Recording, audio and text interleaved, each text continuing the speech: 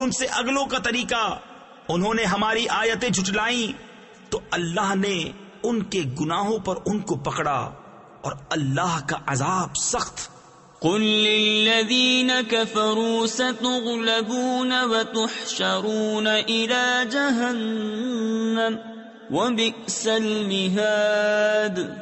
قد كان لكم آية في فئتين التقتا، فئة تقاتل في سبيل الله وأخرى كافرة يرونهم مثليهم رأي العين والله يؤيد بنصره من يشاء إن في ذلك لعبرة لأولي الأبصار۔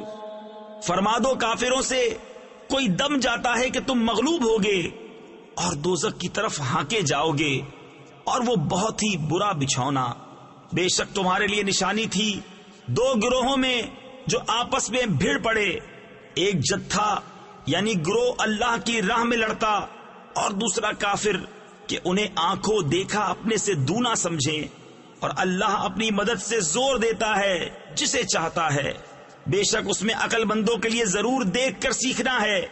زین للناس حب الشہوات من النساء والبنین والقناطیر المقنطرة من الذهب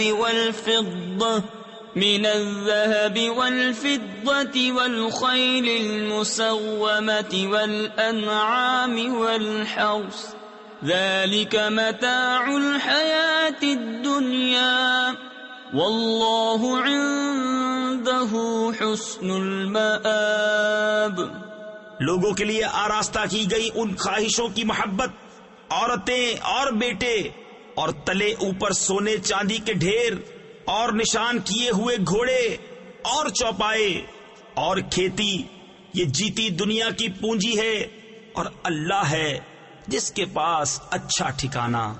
قل أأنبئكم بخير من ذلكم للذين اتقوا عند ربهم جنات تجري من تحتها الأنهار خالدين